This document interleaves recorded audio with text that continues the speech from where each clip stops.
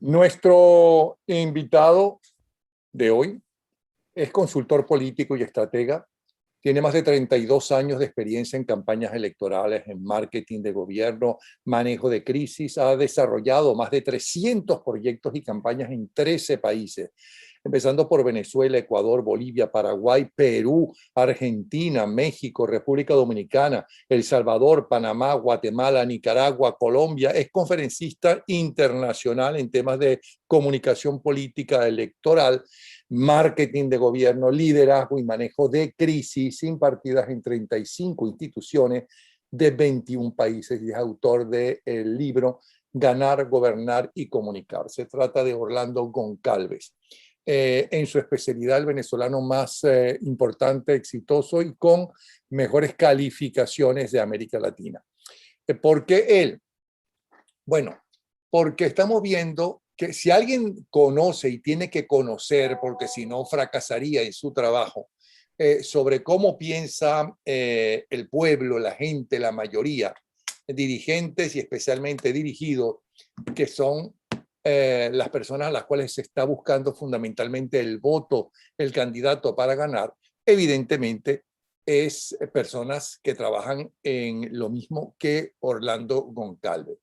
Como estamos viendo lo que está pasando con el gravísimo problema que tienen especialmente Colombia, Perú, Chile, con Bolivia un poco también, con la enorme cantidad de inmigrantes venezolanos que están huyendo del país en busca de esperanza, de poder tener mañana, de poder tener futuro, pues queremos saber qué es lo que pasa, porque lo que hemos visto en Chile realmente es algo vergonzoso. La campaña electoral del actual presidente de Perú era algo también vergonzoso. Hay un audio que se le está achacando al alcalde de Lima, pero no es el alcalde de Lima el que habla. En fin, lo que a veces ha sucedido en Colombia, eso no quiere decir que la mayoría de la gente o la dirigencia esté pensando así, y mucho menos la dirigencia en Colombia, por ejemplo, o en Chile.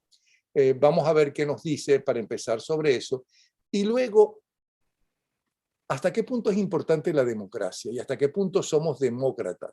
Les recomiendo, por cierto, escuchar una grabación de colección que hemos pasado hace un par de días atrás, de una conversación que tuve con el más importante intelectual del siglo XX y lo que va del siglo XXI en Venezuela, como es Arturo Uslar Pietri, para comprender cómo somos, por qué pensamos así, por qué buscamos siempre un caudillo. Bienvenido, Orlando Goncalves.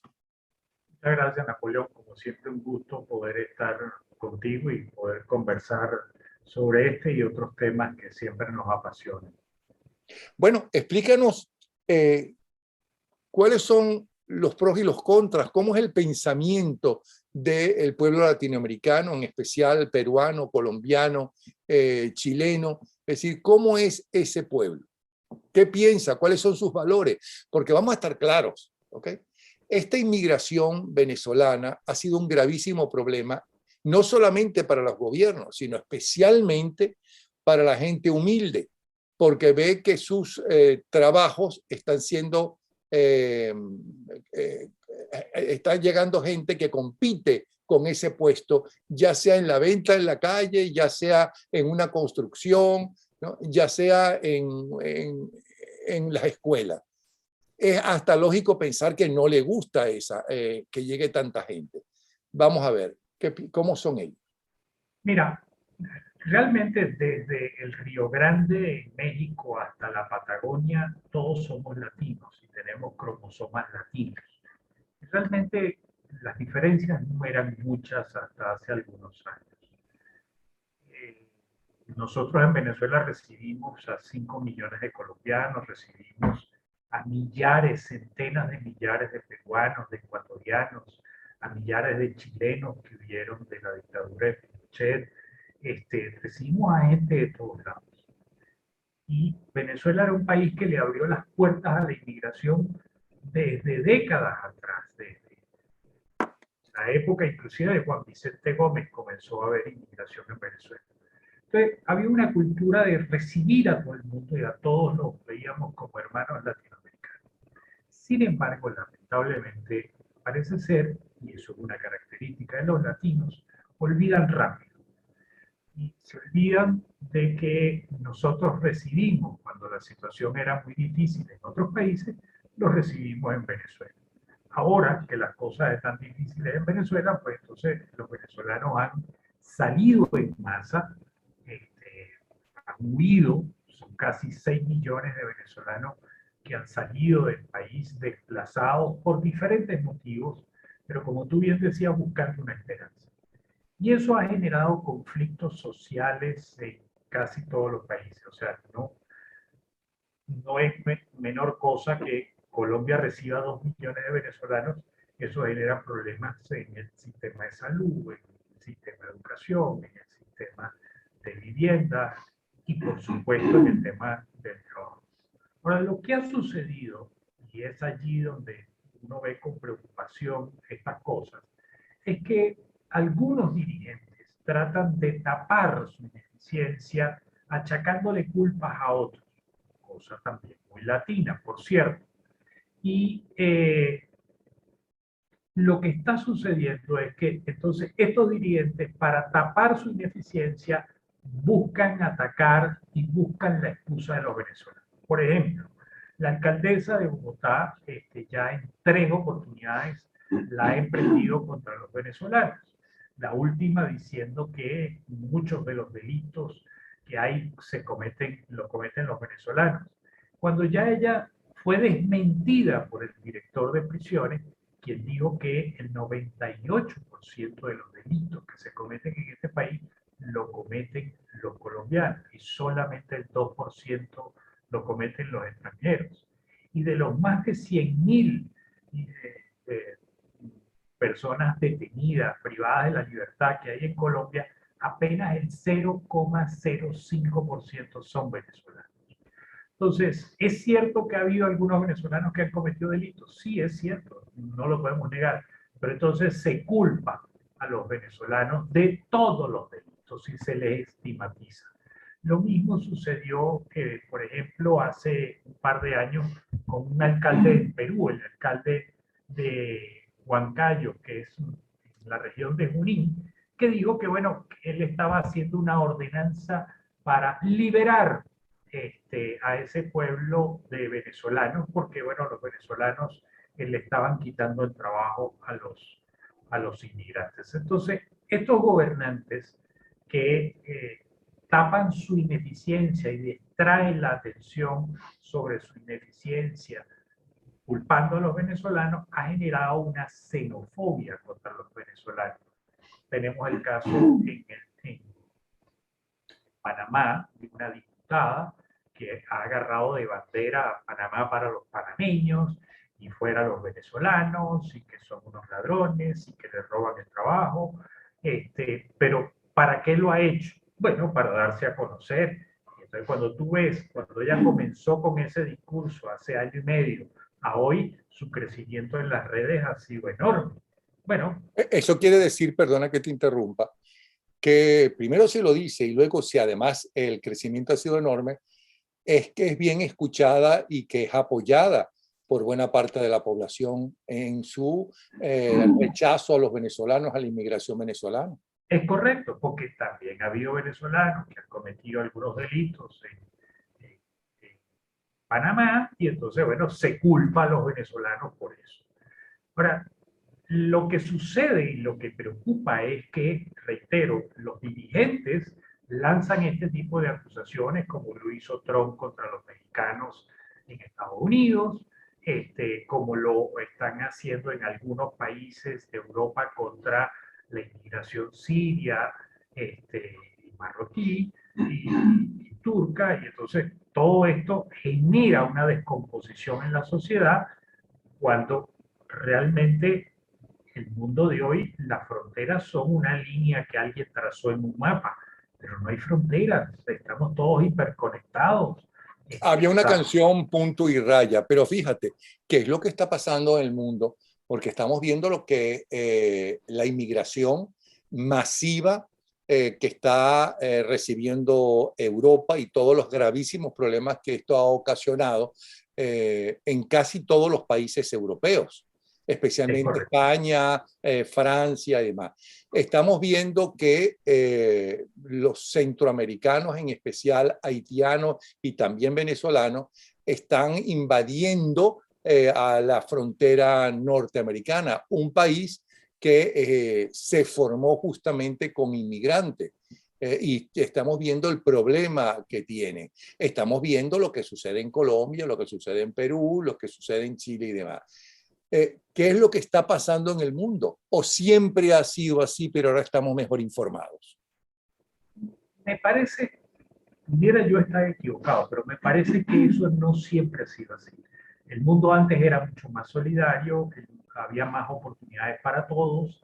Hoy, entre las crisis económicas de 2008, 2009, 2007, 8 y 9, después la nueva crisis económica que se dio hace un par de años, ahora la pandemia que también golpea económicamente, sumado a eso, la aparición de los populismos que generan, o el resurgimiento de populismos en nuestra región que usan el discurso de la estigmatización, de la hiperpolarización, de la división, genera una conflictividad social. Y los problemas que tienen los ciudadanos hoy en día son más complejos, son más urgentes, hay rezago por parte de muchos gobiernos en el cumplimiento de satisfacción hacia los ciudadanos en materia de servicios de salud, de educación, de vivienda, de infraestructura. Entonces, los ciudadanos tienen una mayor carga negativa, con lo cual entonces se presenta un fenómeno que se está presentando en varias partes del mundo, que es mayor abstención en los procesos electorales. Pero ojo, y esto es lo preocupante, en Latinoamérica esa abstención se produce porque el ciudadano se aleja de la política porque le desagrada el tema político. Pero en Europa, lo vimos en las elecciones francesas, lo vimos este fin de semana en las elecciones alemanas y en las elecciones portuguesas municipales, los niveles de abstención fueron récord. En Alemania la abstención fue la mayor desde 1976. Ahora, ¿por qué se alejan los ciudadanos en Europa? Bueno, porque los gobiernos funcionan. Pero ¿cuál es lo grave de esto? Unos se alejan porque funcionan, otros se alejan porque no funcionan. Pero el resultado termina siendo el mismo, que es que hay menor control social por parte de las sociedades hacia sus gobiernos y esto le permite la entrada a ciertos populistas que logran llegar al poder, como el caso de Perú, como el caso de Trump en Estados Unidos, como el caso de López Obrador en México, como el caso de Nayib Bukele en El Salvador, y entonces tú ves situaciones complejas producto de esta situación. Afortunadamente, por ejemplo, en Alemania y también en Portugal, la ultraderecha retrocedió, igual que en Portugal también retrocedió el Partido Comunista en esta última elección, pero lo que está es abriéndose las puertas para que ciertos liderazgos populistas avancen. El caso de esta diputada que te ponía en Panamá es otro ejemplo, está ahí avanzando entre los errores que cometen los gobiernos, los errores que cometen el Congreso, pues avanza. Aquí en Colombia está presenciando también lo mismo, absolutamente que con unos discursos que tú ves que cargados de odio, cargados de estigmatizaciones, cargados de división, que sencillamente buscan fragmentar el electorado y abrirse paso con cualquier tipo de estupideces que dicen, sobre todo estupideces muy agresivas hacia otra parte de la población. Y ahí en esa parte de la población meten en el saco a los venezolanos, que son la excusa, pues. Unos acusando de que los otros van a transformar a Colombia en el castrochavismo, así como lo van a transformar en Chile y en Perú y en Ecuador y bla, bla, bla. Y otros porque dicen, bueno, esta gente es sanguinaria y esta gente no aporta y no hace respetar los derechos humanos y bla, bla, bla. Pero En el fondo, los dos están dividiendo, en el fondo los dos están estigmatizando, en el fondo los dos usan a Venezuela como excusa, reitero, producto de que una escasez enorme de planteamientos serios, una escasez enorme de visión de país clara y sobre todo una ineficiencia a la hora de gobernar.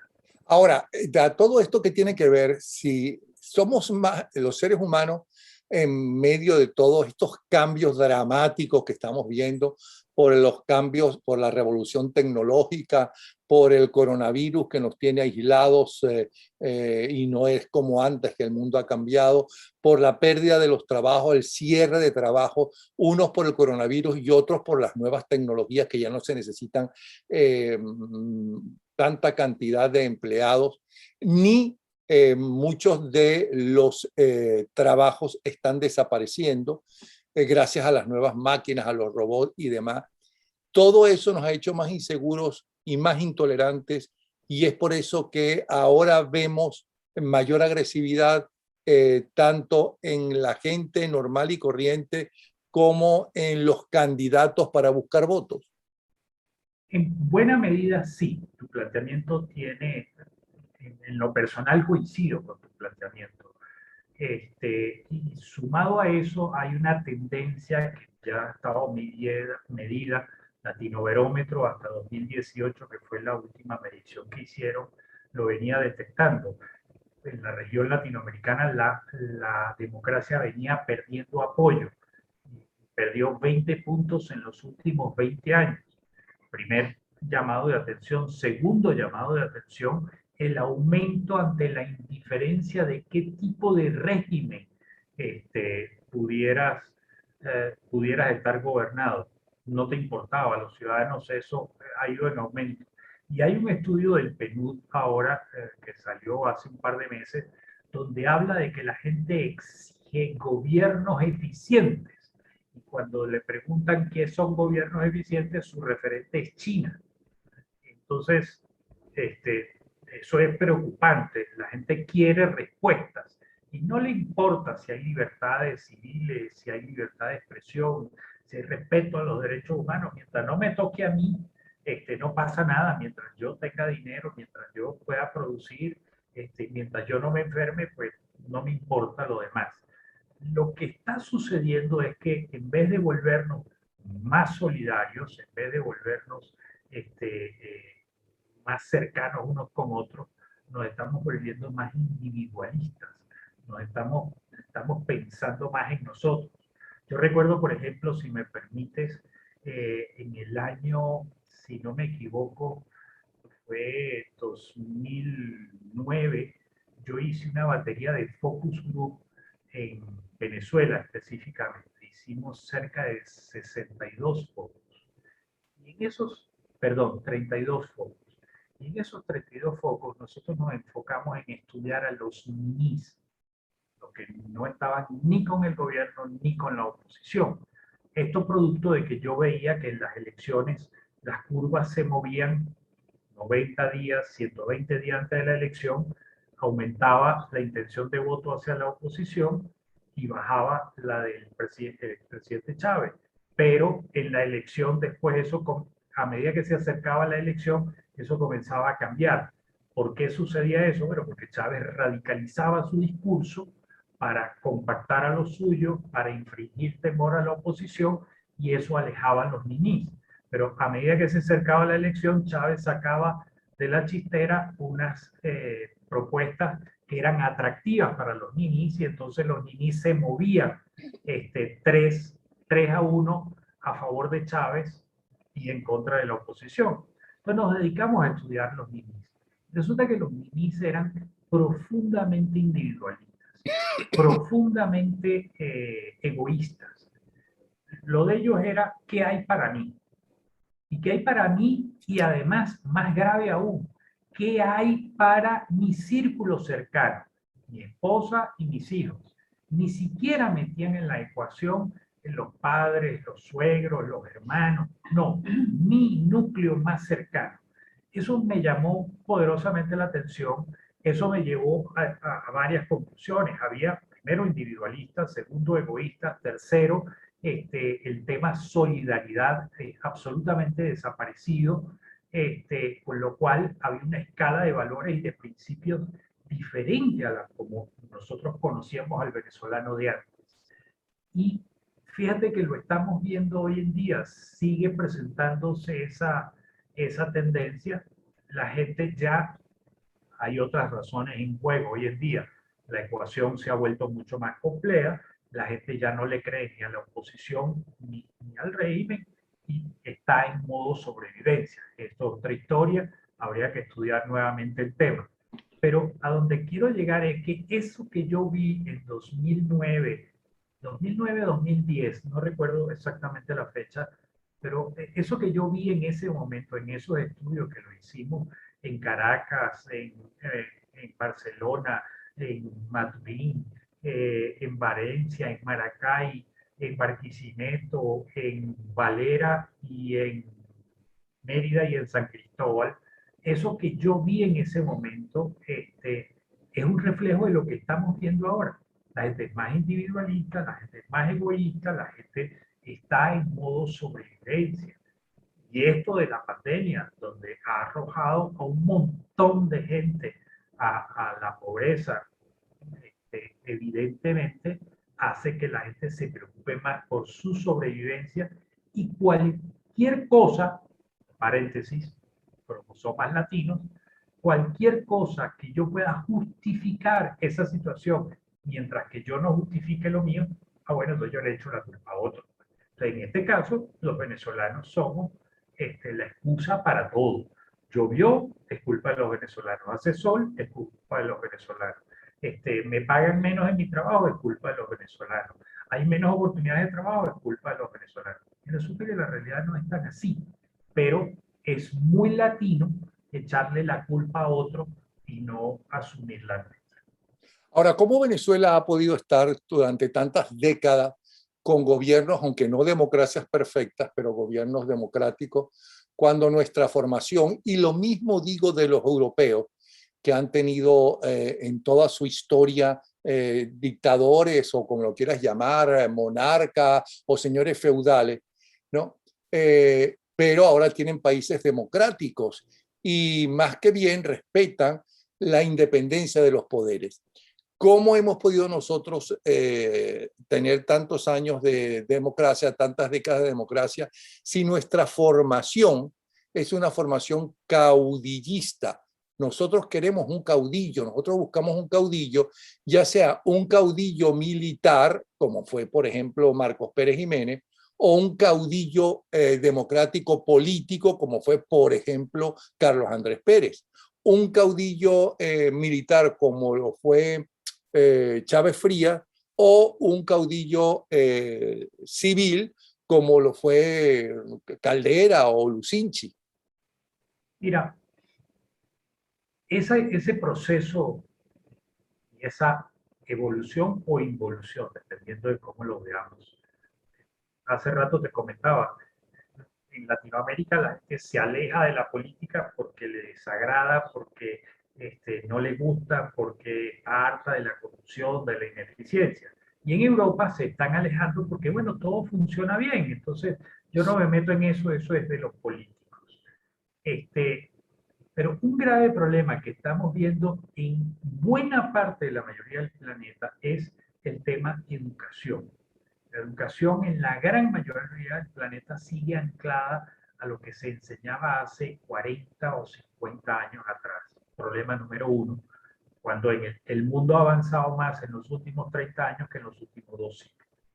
Problema uno. Problema dos, el tema de educación política y educación cívica se ha ido sacando de la ecuación en la educación. Entonces, no estamos fomentando desde niños el tema de la educación cívica y la educación política. Y eso es gravísimo porque eso nos hace menospreciarla. Y resulta que si hay algo que incide en nuestra vida a diario es la política. Que cada vez que un presidente, un gobernador, un alcalde, un diputado, un senador toma una decisión, esa decisión tiene incidencia sobre mi vida. Entonces, es preocupante esa tendencia, primero que la educación siga anclada en el pasado y segundo, que se haya dejado de lado la educación cívica y la educación política. Como más grave todavía es haber dejado de, no más grave, pero igual de grave, haber dejado la historia. Yo pienso que la historia hay que estudiarla y hay que aprender de ella, pero entre otras cosas para no repetir los errores que se han podido cometer en el pasado. Pero uno O tiene que para saber, entender cómo somos y cómo actuamos, sobre todo en el pasado, para repetir las cosas positivas y no repetir las negativas, los fracasos. claro, pero además cuando tú estudias la historia, muchas veces nos da las pistas de por qué y cómo llegamos al momento histórico presente. Y eso se ha sacado, sobre todo en Latinoamérica, se ha sacado de la educación. Eso me parece una debilidad enorme. Por eso vuelvo a repetir, por favor vean el programa con Arturo Rampietri Sin Límites, ahí en YouTube, que lo lanzamos hace 2 o 3 días y que lo grabamos creo que a finales de los 80. Tienes toda la razón, hay que verlo. Es espectacular y además te lleva a pensar y a replantear muchas ideas y muchas cosas y muchas situaciones que hemos visto desde los 80 hacia acá, que él ya veía y avisoraba con esa capacidad de visualizar el futuro que tenía sin ser adivino ni ser nada de eso, simplemente porque iba hilando fino todas las cosas que iban sucediendo y eso proyectaba hacia adelante qué podía venir. Okay. Hasta ahora has hablado de los ciudadanos, ¿okay? De la gente, de los votantes, ¿no? Y de los no votantes, pero que tienen esa posibilidad, de la gente que trabaja. Hablemos de los dirigentes, porque así como hubo dirigentes amplios que aceptaban las críticas, aunque se molestaran en privado, otros eran absolutamente a la hora de la verdad intolerantes. Y cuando hablo de dirigentes no hablo solamente de los presidentes o no hablo del presidente, también hablo de los ministros.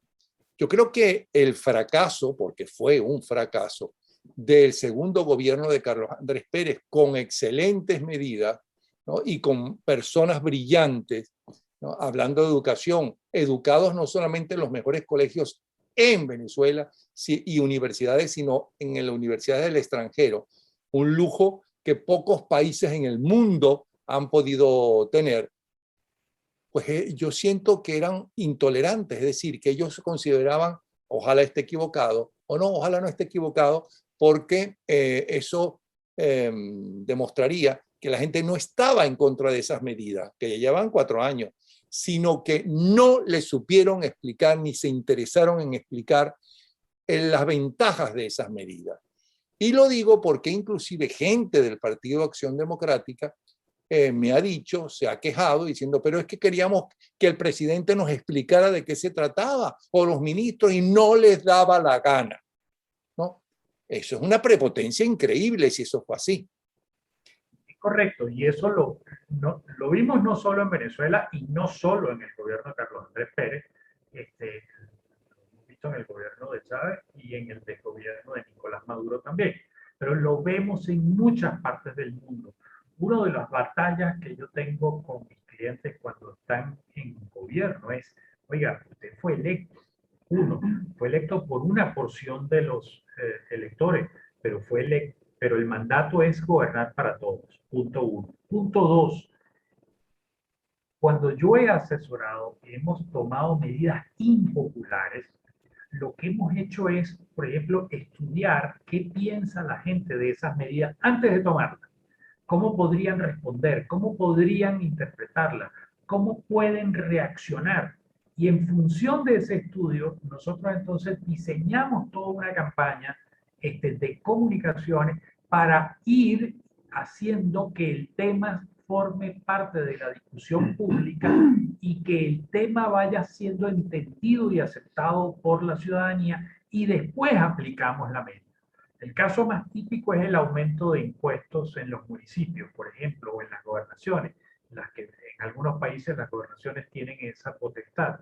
Entonces, eso es una medida absolutamente impopular, o el aumento de algunos servicios públicos. Eso es impopular aquí, en la China y en la Conchinchina. Pero, ¿qué hacemos? Le vamos explicando a la gente la razón de por qué.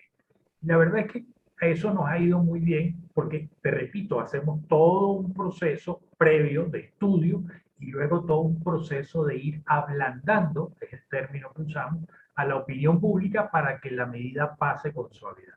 Pero la verdad es que la gran mayoría de los gobernantes que tenemos hoy en día se creen tocados por Dios, se creen designados por Dios y toman medidas que ellos consideran que son convenientes, sea que son convenientes para la gente o bien sea que son convenientes para sus intereses políticos, partidistas o económicos, para sus grupos económicos, y les vale pito lo que piense la gente y a mocha y trocha tratan de pasarla. Te pongo un ejemplo concretísimo de Colombia. La reforma fiscal que pretendieron presentar a principios de año, que terminó en las protestas que todos vimos y en la violencia que todos vimos y en la cantidad de muertos, el gobierno le tomó 3 días y 16 muertos retirar la reforma fiscal.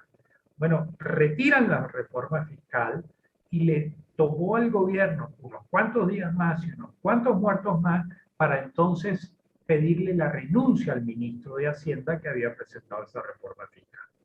Retiran al ministro, perfecto.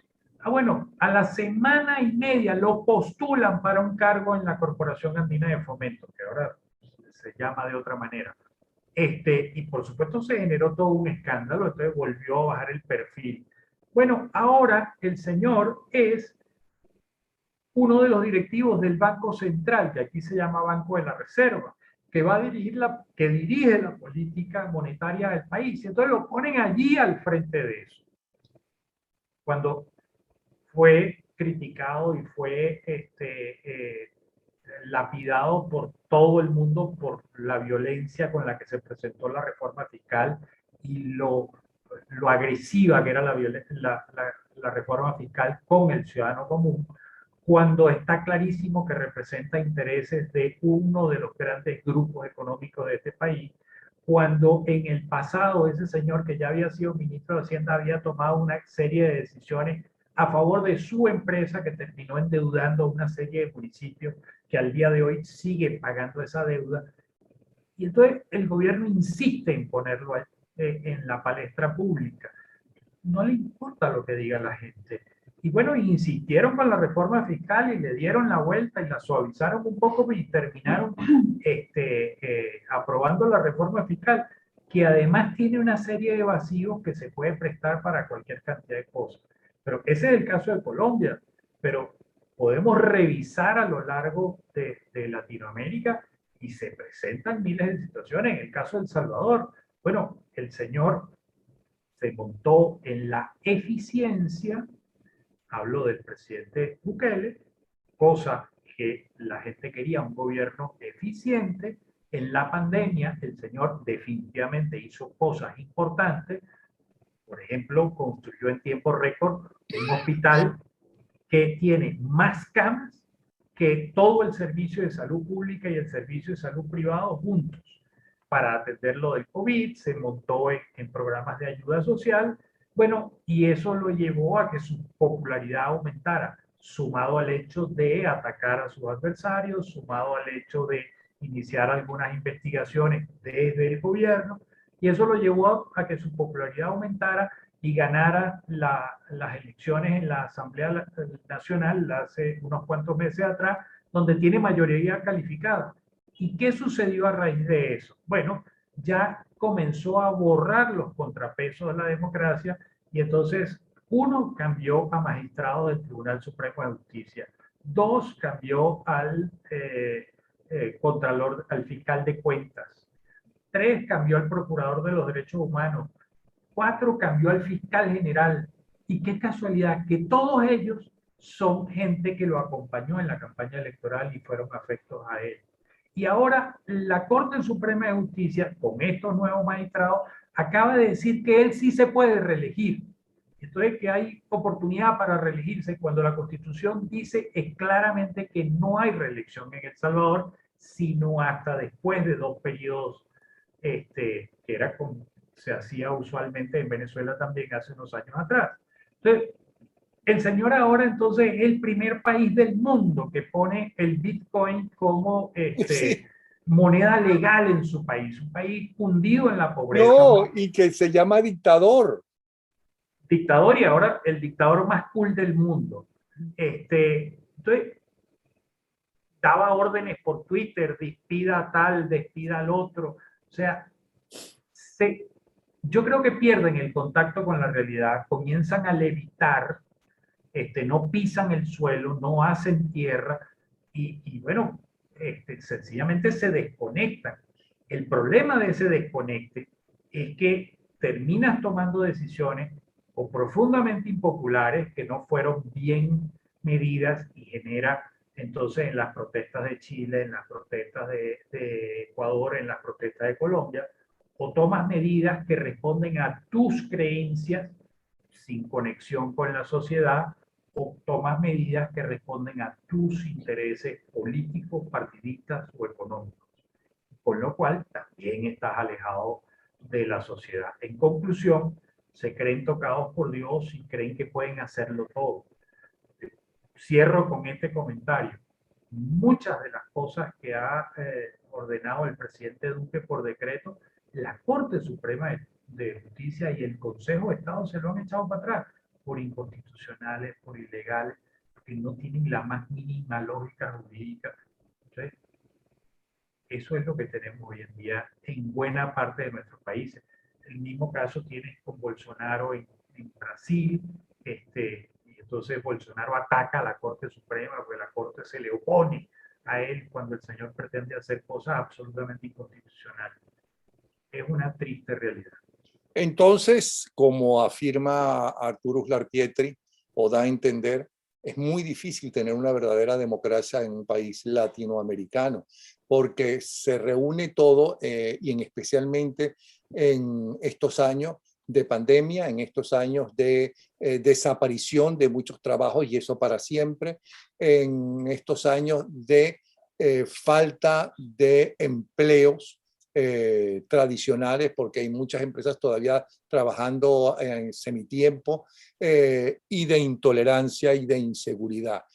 Y realmente todo eso atenta contra una democracia, Es contra correcto. respetar los tres poderes, respetarlos realmente, ¿no? Respetar la opinión del partido contrario y del amigo que piensa diferente, ¿no? No radicalizarse de un extremo a otro, no buscar un dictador porque así me siento más seguro, porque creo que en el fondo lo que espera la gente no es democracia ni dictadura, lo que espera la gente es vivir mejor, Claro, por tener eso trabajo, tener educación, tener casa. la Eso es lo que salud, eso me lo va a dar una dictadura o me lo va a dar una una democracia. democracia. Eso me lo va a dar la derecha o me lo va a dar la izquierda. Quien me lo dé.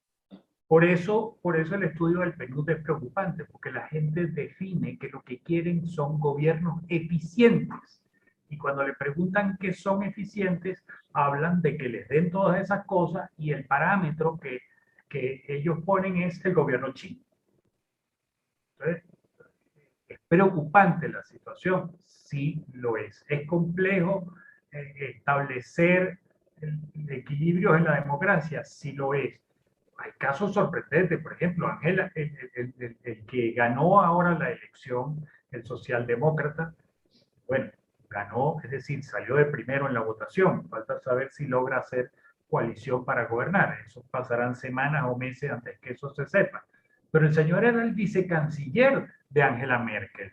O sea, dos partidos antagónicos, uno socialdemócrata y uno demócrata cristiano, se unieron. Merkel logró unirlos y el señor era su vicecanciller. Y el señor, al igual que el candidato de Merkel, se colgaron las medallas de los éxitos de Merkel. Y entonces el debate era a otro nivel, era cómo mejoro lo que había hecho Merkel, no era criticar lo que había hecho la señora. Entonces, ese nivel de cultura política es sorprendente, pero preocupante el nivel de abstención que tuvieron. Hay una desconexión allí, hay un hilo roto que los alemanes van a tener que revisar. Pero es que por lo menos allí los políticos se han centrado en debatir y en discutir con altura, sin agresividad, sin insulto. Y en este lado del mundo pareciera que eso está desterrado. Uno ve algunas voces interesantes y ve algunas voces que tú dices, bueno, esta gente no está peleando, esta gente está proponiendo, está tratando de rescatar la credibilidad del ciudadano en la política. Pero como tú bien dices, la gente está preocupada y angustiada por su tema principal. El problema es que cuando tú analizas la pirámide de Maslow, la pirámide ha venido descendiendo, la calidad de vida de la gente, y la gente está en modo sobrevivencia. Un buen número de gente en el mundo está en modo sobrevivencia, apenas gana para sobrevivir, apenas gana para estar a flote. Y eso hace que tú le eches la culpa, por un lado, a los gobiernos, muchos de ellos han sido culpables de eso, pero por otro lado, bueno, ¿qué hace el ciudadano? Bueno, se aleja de la política y permite que estos malos gobiernos lleguen con menos votos y con más facilidad al poder. Y por el otro lado, tienes a gobernantes que entendieron este juego, que entendieron que dividiendo a la sociedad pueden llegar con menos votación y que además no se han dado cuenta que el poder es efímero. Entonces llegan al poder y creen que van a ser eternos en el poder y que pueden hacer lo que quieran. Y eso genera todos estos desequilibrios que estamos viendo. Y de nueva vuelta, la gente quiere gobiernos eficientes. Llámese eficientes que me den salud, que me den educación, que me den acceso a trabajo de calidad, bien pagado, acceso a vivienda. Y es democrático o no es democrático, si respeta los derechos humanos o no, la libertad de expresión, bueno, eso es harina de otro costal. Y eso es sumamente preocupante. Bueno, muchísimas gracias, Orlando Goncalves, consultor político y estratega.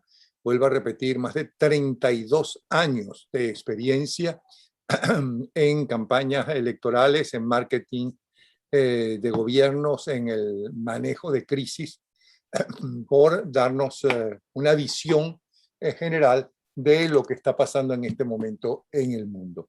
De verdad, muchísimas gracias, Goncalves, ¿sí? Gracias a ti, Napoleón, como siempre un gusto poder conversar contigo.